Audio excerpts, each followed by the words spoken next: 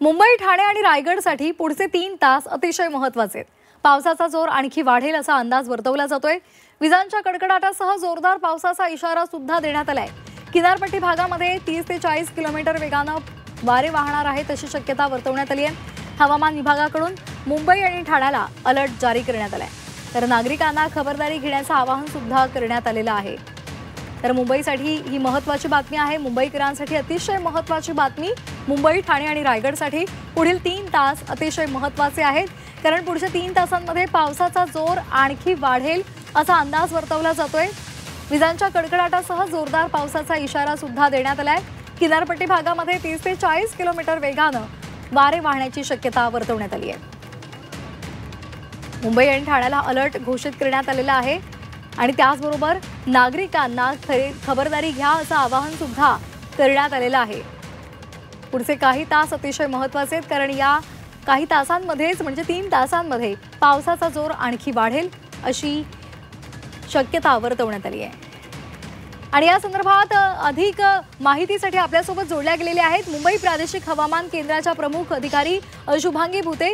Shubhangi ma'am, आपण पाहतोय की 3 तास अतिशय महत्त्वाचे आहेत. या 3 तासामध्ये कुठे कुठे पाऊस मुसळधार कोसळू शकतो आणि राज्याच्या दृष्टीने जर विचार केला तर राज्यामध्ये असे कोणते महत्त्वाचे जिल्हे आहेत तिथे जोरदार पाऊस होऊ शकतो? आता बघितलं तर जो 10 वाजताचा नौकास असतो, म्हणजे 3 ते 4 तासाचा नौकास असतो, तिथं मुंबईसाठी रेड नौकास आहे. म्हणजे खूप ते मुसळधार पाऊस पडण्याची शक्यता आहे 1 वाजतापर्यंत. आणि या पावसाचा जोर संध्याकाळी कमी होईल. म्हणजे हा जो ऑरेंज अलर्ट केलेला आहे डिस्ट्रिक्ट वाईज पूर्ण 24 तासासाठी जो ऑरेंज अलर्ट आहे तो मुंबईसाठी संध्याकाळी त्याचा जोर कमी होईल. अदरवाईज आपण बघितलं तर ठाण्यासाठी सुद्धा ऑरेंज अलर्ट आहे. मुसळधार पाऊस पडण्याची शक्यता, इंटेन्सिटी थोडीशी कमी असेल, जितकी मुंबईसाठी असेल तितक्यापेक्षा कमी असेल. पण शक्यता आहे की जेव्हा थंडरस्टॉर्म वगैरे होत असतो तर तेव्हा वाऱ्याचा वेग 30 ते 40 किलोमीटर इतका असेल, म्हणून त्याचा ऑरेंज अलर्ट केला आहे. रेड अलर्ट पेक्षा याची इंटेन्सिटी कमी असते. अगदी मॅम, महत्त्वाचा मुद्दा म्हणजे आता जो पाऊस कोसळतोय त्याला आपण परतीच्या पावसाचा अनुमान लावू शकतो का, तसा अंदाज लावू शकतो का? आणि दुसरं म्हणजे हे वारे जे वाहणार आहेत त्या वाऱ्यांचा वेग तुम्ही म्हटलं की 30 ते 40 किलोमीटर वेगानं हे वारे वाहतील, तर हे संपूर्ण जी आपली कोकण किनारपट्टी आहे त्या सगळ्या ज्या जिल्ह्यांना तो लागू होऊ शकतो का? हो हो, संपूर्ण कोकण किनारपट्टीवर हा जो 30 ते 40 किलोमीटर वेगाचे वारे असण्याची शक्यता आहे जेव्हा थंडरस्टॉर्म होईल.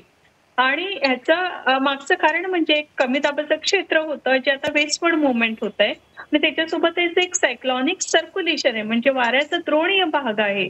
त्याच्यामुळे त्याची इंटेन्सिटी आज सकाळीपासून वाढली आणि त्याची इंटेन्सिटी संध्याकाळपर्यंत असेल आणि त्याच्यानंतर उद्या नंतर त्याची इंटेन्सिटी कमी होईल.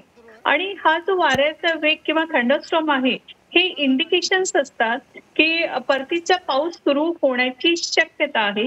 आणि आता बघितलं जे सिनॉप्टिक सिच्युएशन्स आहे तर गुजरात मधून पुढच्या 2 दिवसांमधून तो विड्रॉवल होण्याची शक्यता, म्हणजे परतीचा पाऊस सुरू होईल. त्याच्यानंतर आपल्याला त्याचा प्रभाव बघायला. अगदी मॅम, राज्यामध्ये सुद्धा सर्वदूर सध्या आपल्याला पाहायला मिळतोय. मराठवाडा असेल, विदर्भ असेल, तिथे सुद्धा मोठ्या प्रमाणात पाऊस कोसळतोय. त्या काही जिल्ह्यांसाठी काय महत्त्वाचा अंदाज आहे? मध्य महाराष्ट्राच्या घाट रिजनसाठी आज पासून म्हणजे सकाळच्या 8:30 ते पुढच्या उद्या सकाळच्या 8:30 पर्यंत रेड अलर्ट जारी केलेला आहे घाट रिजनसाठी. बाकी संपूर्ण प्लेन साठी ऑरेंज अलर्ट असेल आहे. सोबतच मराठवाड्याच्या काही भागांमध्ये सुद्धा ऑरेंज अलर्ट दिलेला आहे, कारण जे सायक्लॉनिक सर्क्युलेशन आहे त्याचा प्रभाव आणि त्याच्यापासून जे द्रोणीय भाग तयार झालेला आहे त्याचा प्रभाव म्हणून हा संयुक्त प्रभाव आपल्याला दिसेल की महाराष्ट्राच्या काही जिल्ह्यामध्ये मुसळधार पाऊस पडेल. अगदी पुढचे काही दिवस काय नेमका पावसाचा अंदाज बांधता येईल? म्हणजे पुढच्या काही दिवसात पावसाचा जोर कमी होईल की वाढेल? पुढचे 4 दिवस आपण जर विचार केला तर पाऊस सर्वसाधारणतः आज इंटेन्सिटी जास्त असेल, उद्या कमी होईल आणि त्याच्यापेक्षा कमी होईल. पुढचे 4 दिवस अजून कमी होईल आणि त्याच्यानंतर आपण पुढच्या आठवड्याभराचा फोरकास्ट करू. अगदी धन्यवाद शुभांगी मॅम, आमच्याशी बोलल्याबद्दल आणि ही सविस्तर माहिती दिल्याबद्दल.